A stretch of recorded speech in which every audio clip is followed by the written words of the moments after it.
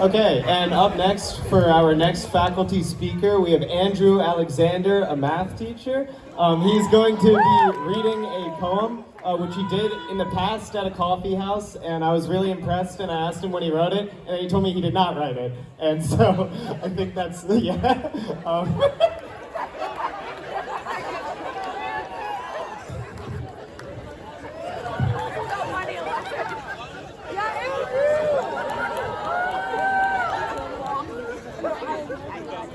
Thanks, Hilarion.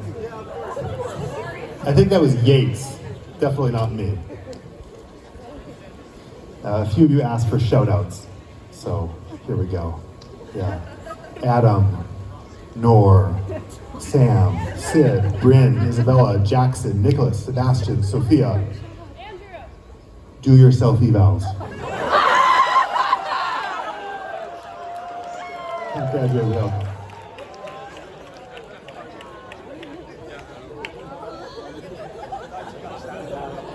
September 9th, 2020. You all remember that day. That's the day you woke up and the sky wasn't blue.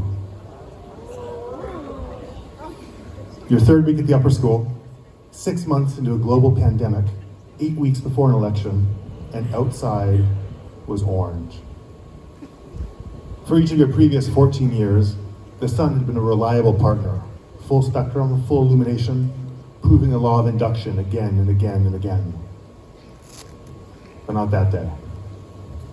That day, the sky was on fire. Had you left the laser cutter running, or was the world ending?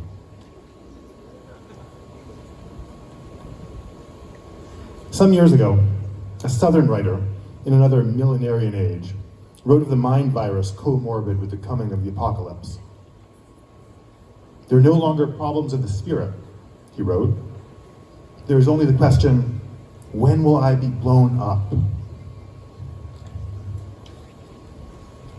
Perhaps that's how you felt entering high school. Your first year was on Zoom. Do you remember?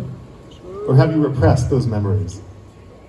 Cameras on, cameras off, breakout rooms, shaky drawings on digital whiteboards, simultaneous chat streams, seeing your teachers nearly get run over as they constructed chalk polygons with giant compasses in the middle of the street. The math booster, an entire year of math already compressed to a semester, compressed yet further to 6 weeks. Nueva travel week via Zoom. Can't be inside because of COVID, can't be outside because of wildfires. Born into a contradiction. As time passed, the fires subsided. Your knowledge grew, and so did your radius of travel. Virtual classes became hybrid classes. Spread across this very quad, a lattice of hula hoops replaced your desk chair at home, or perhaps your couch, or perhaps your bed. 1 mask minimum, 2 masks, even better. At first, trained technicians stuck Q-tips up your nose, and then, over time, you stuck the Q-tips up your own nose.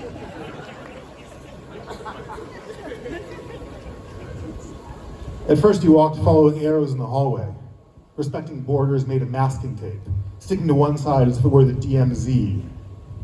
Now, years later, you mill about in the hallway at choke points, crowding the interblock traffic.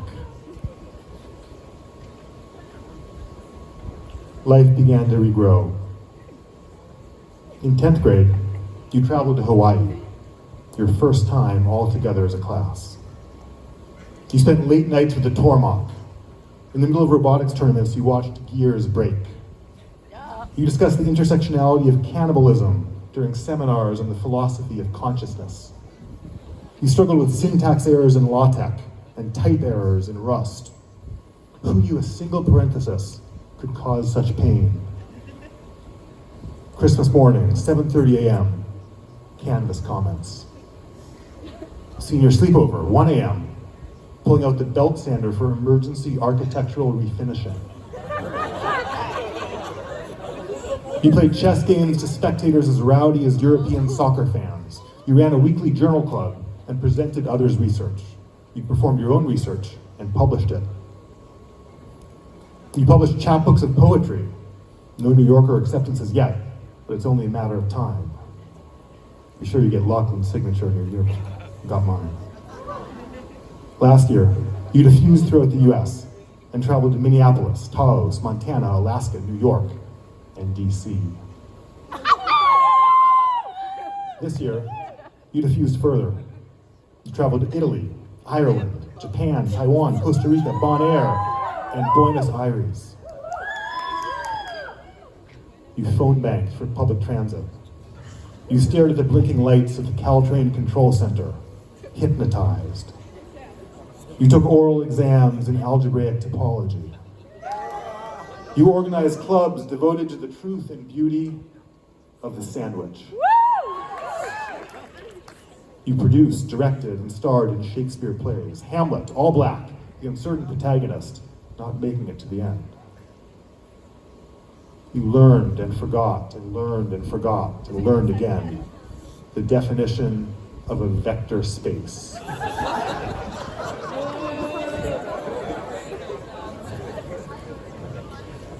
Name, what is it?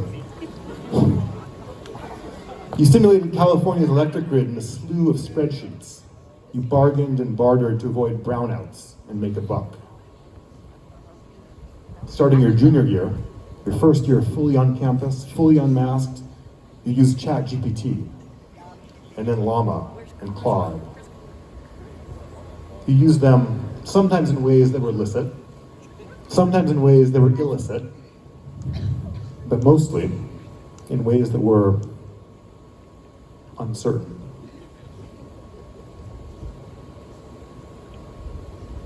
I hope that during your time here, you've experienced what Faulkner calls the old verities and truths of the heart, the old universal truths, love and honor and pity and pride and compassion and sacrifice. In Barak and Marx classes, you've learned that some physicists speculate the universe is an endless series of expansions and contractions. Big bang and big bust and big bang again and big bust again, over and over, perpetually. In your history classes, you've reenacted the Constitutional Convention and the Civil War and Reconstruction and the New Deal.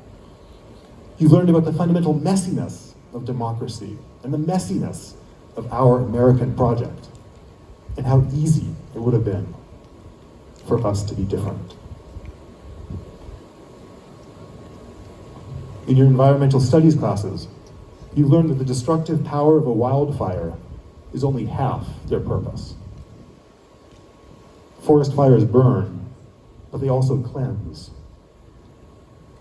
Up in Big Basin, near where you spent your senior year retreat, right now amidst the blackened earth, teal-green redwood shoots are springing up. Not despite the fire that raged the summer before your freshman year, but because of it.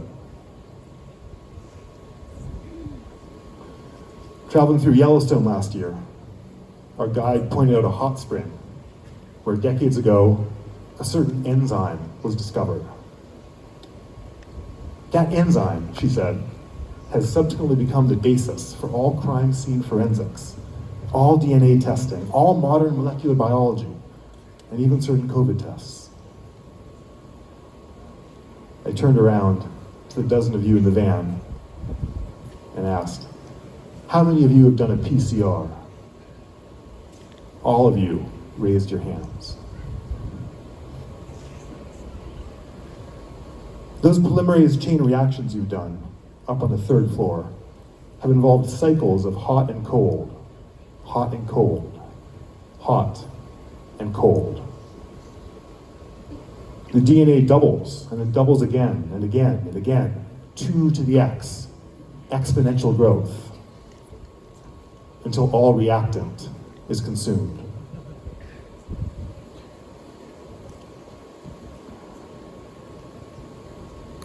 4 years ago, the exponential growth we spoke of was that of the novel coronavirus.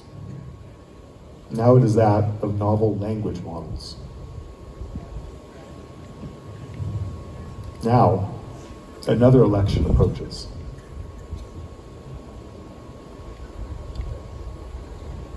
When Kelly Poon asked me to give this talk, she said, "It can be about whatever you want, but make it normal, no poetry." Sebastian Rochab, when he ended our last class on Tuesday by cutting to black, "What? That's it? No words of wisdom?" So here's 2 lines of T.S. Eliot. Not farewell, but fare forward, voyagers.